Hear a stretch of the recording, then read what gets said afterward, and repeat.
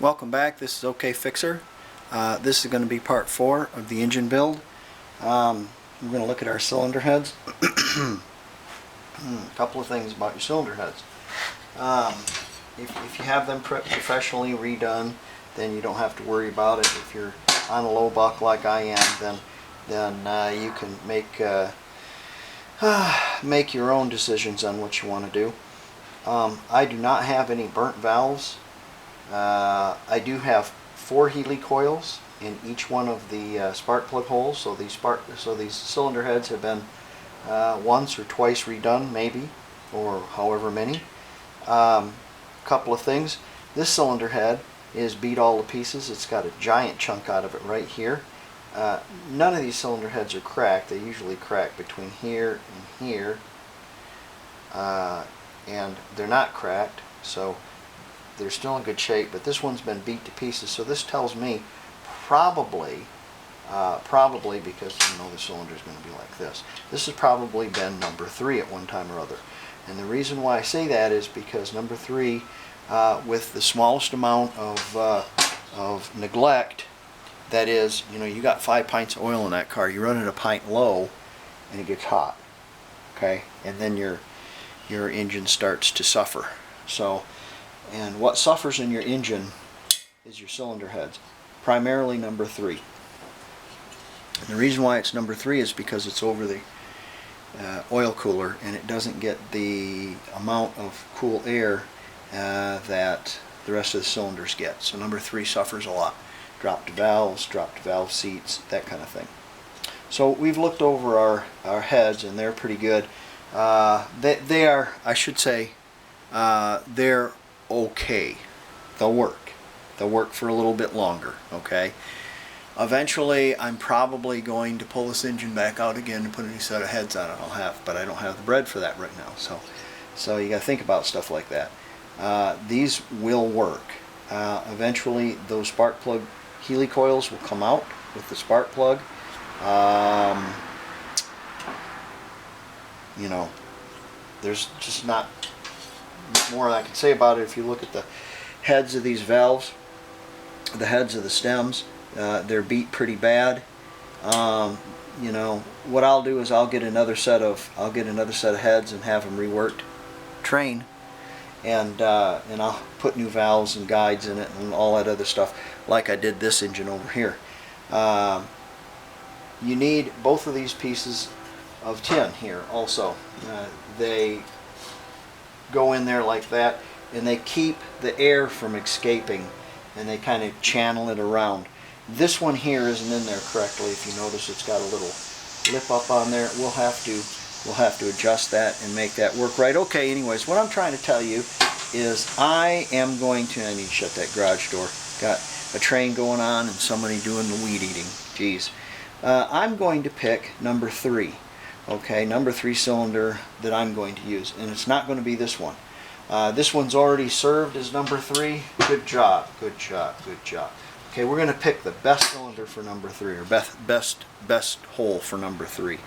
And my opinion on that, or the reason why I'm going to do that, is because I might get a little bit more life out of these heads if I take number 3 hole that's been used before for number 3 and put it as number 1, and that way, or number, let's see here, what's it going to be?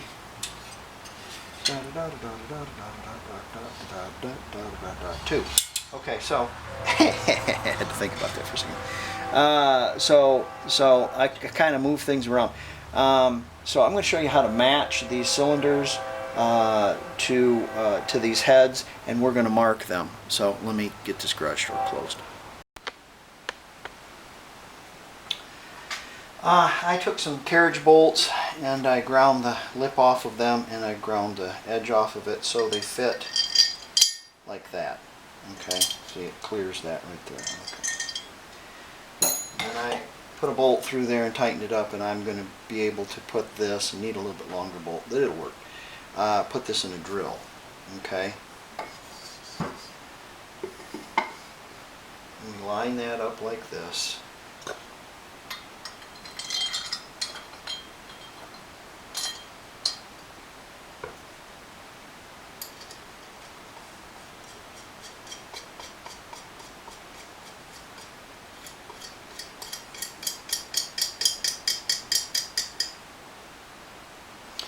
do the other one, and we're going to chuck it up in the drill, and we're going to use some light lapping compound, and we're going to put it in number 3, and we're going to turn that. Alright, so this cylinder right here will match in there. Now you can do this by hand.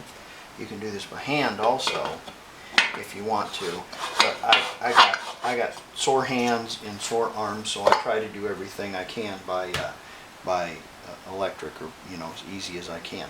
So let's get that going, and we'll lap that one and put it aside. Then we'll lap number 4, put it aside, on and on. Then we clean all the lapping compound off in it, and incidentally you ought to clean the inside of your cylinders anyways.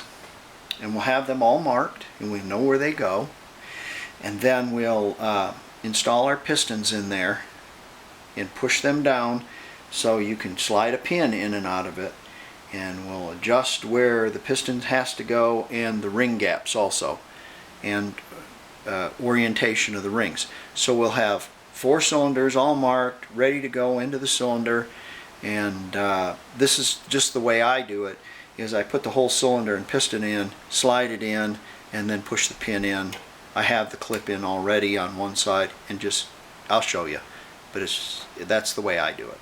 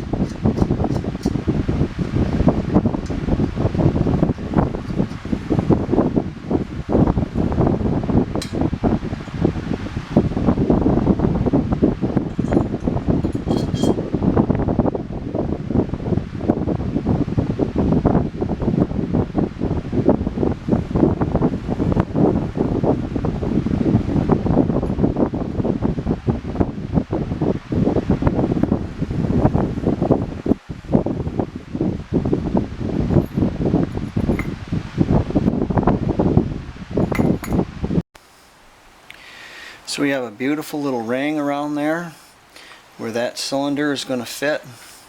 We have them marked, and we have our cylinders marked also. So you think your brand new cylinders are clean inside, huh? This came out of the cylinders, okay? Okay, so make sure and wipe your cylinders and your pistons down, or they'll be broke in extra good. I'll put a little oil on those cylinders, and then we'll look at our pistons.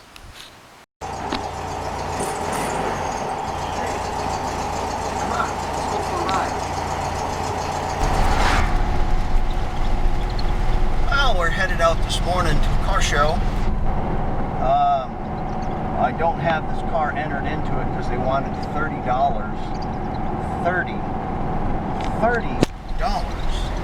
to enter your car. $30!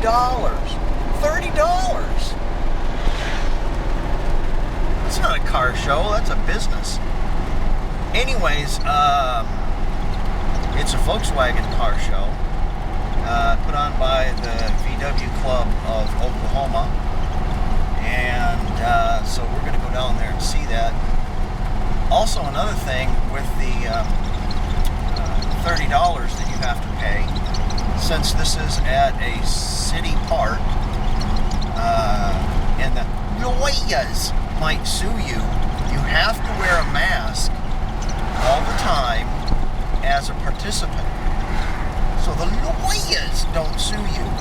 Well, I'm not going to wear a mask because the people entering, who don't have to pay anything to enter, don't have to wear a mask. So it's rather ridiculous. The great mask debate continues. Well, anyways, enjoy. I'll take some video of some nice Volkswagens, not the boogered up ones. Now to our cylinders. Okay, we have matched them to the cylinder head, and we have them marked number 3 and number 4. So this is going to be on the driver's side bank, and they are going to go like this. Okay. Alright, now when you look at that like that, number 3, let's just take a piston, and you see the arrow. Maybe you don't see the arrow, but the arrow is pointing that way. Not very good arrow, but it's pointing that way. So you see the wrist pin, okay? Alright, so what we're going to do is we're going to push the pin out, okay, just a little bit, enough where the rod will clear, okay, and we're going to put a clip in there. Alright, then we're going to put this piston up into there, right up to the pin, okay, just a little bit less than the pin, so the pin's not rubbing on the bottom of the skirt there. Okay, now when we have that like that,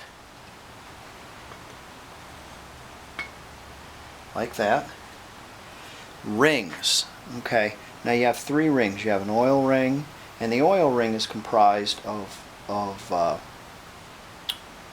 2 separate rings and an oil control ring in the center. And then you have 2 compression rings on top.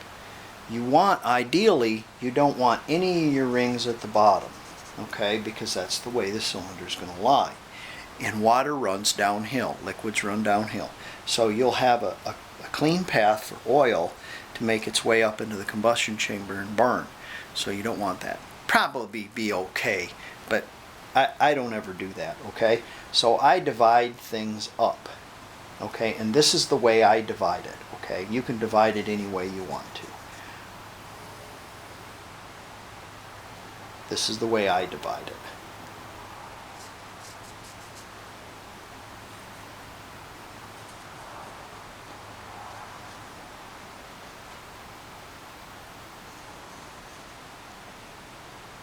No, I got that wrong, sorry.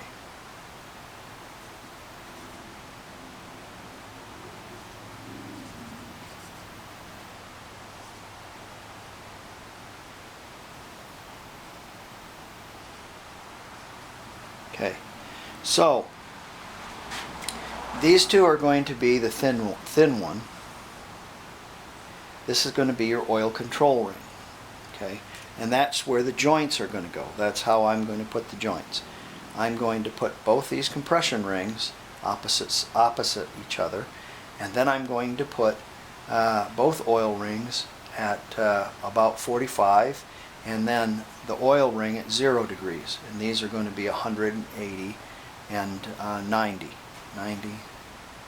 45, 90, yeah, no, 180, 270. So I'm going to have it at 90 and 270, okay, at those degrees.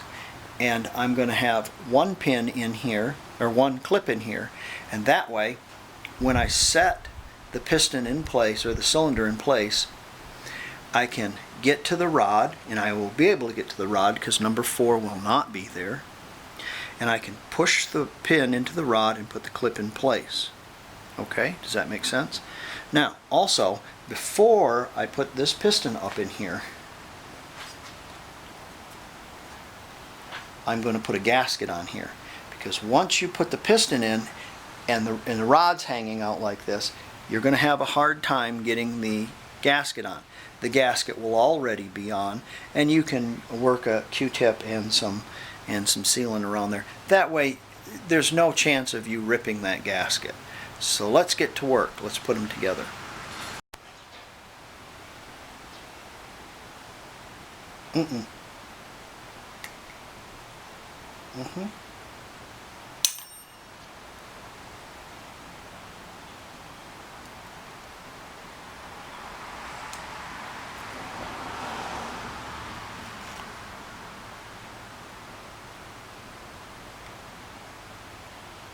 Okay, why like that? Okay, I'll tell you why. Because the piston is going to be moving back and forth like this. And if you have it sideways like this, it can, with enough inertia, spring itself and pop itself out. This way it can't. It can't pop itself out. The inertia won't. Okay.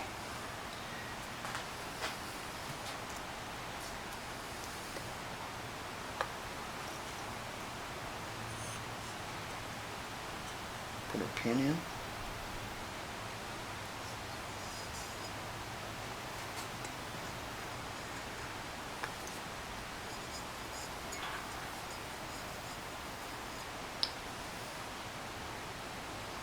I have my rings all lined up as I said.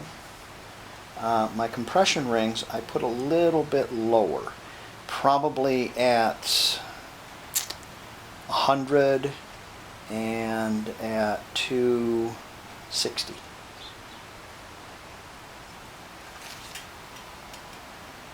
I like to oil up my compressor also.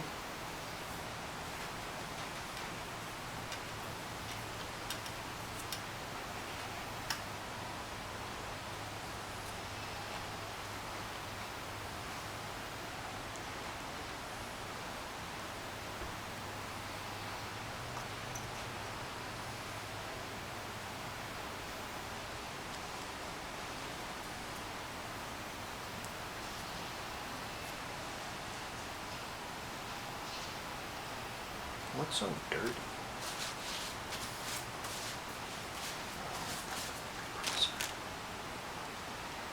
We'll have a look at our rings once more, make sure we're okay.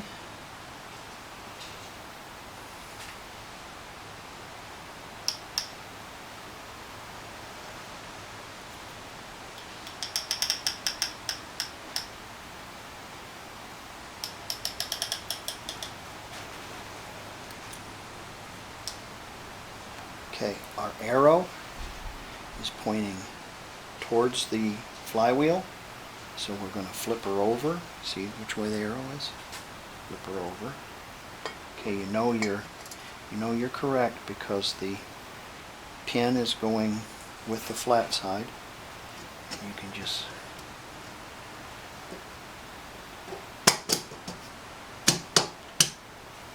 push her home.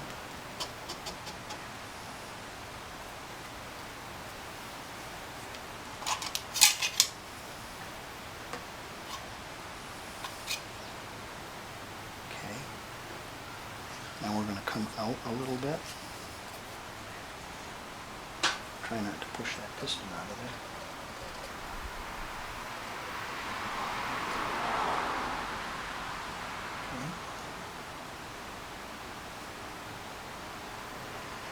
Our clip is right here, so our piston pin will come out. See if I can kind of push it out of there.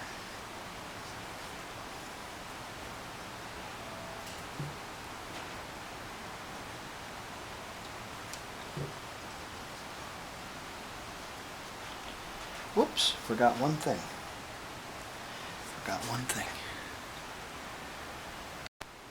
Okay, let's have a look at what we got. I'm going to leave the gaskets off for now because I can always push the pin in and out, and so it's okay. Okay, this is going to be number 2. Okay, and this one is going to be number 1. And they're going to match just like this. If you notice, I have my pin here, or my clip, and my clip there. That way I can put on number 1 first, slide the pin in, put the clip in, put it in place with the gasket, and then I can work on the one from the rear, number 2. Okay, we have that. Both pistons, if you notice, inside there are marked, and they're towards the flywheel. Now, why didn't I put them in from the top? And the reason why I didn't put them in from the top is because there's a little chamfer here around the edge, and as you're sliding the piston in, the rings kind of form to it, and then they kind of sit in there. So we have these two, and these are going to be number 1 and number 2. Now, turn the engine around in your mind and think about, this is number 3. This is going to go on number 3. Okay, there's our mark, and our mark is towards the flywheel, and our clip is right there. And then it's going to mate up with number 4, like this. Number 4, and our mark is towards the flywheel, and our clip is right there. So we should be ready to slide these on the engine and put our cylinder heads on. We're going to do that in the next video though. These videos are getting long and they seem to be taking, seems like 5 or 6 hours to load. So I'm going to stop where I am right now and keep you in suspense.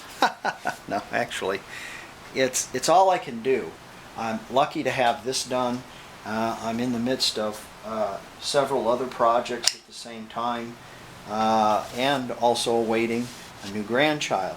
So there's all this turmoil that's going on. So I have a lot on my plate right now, and the last thing that needs to be done is this car.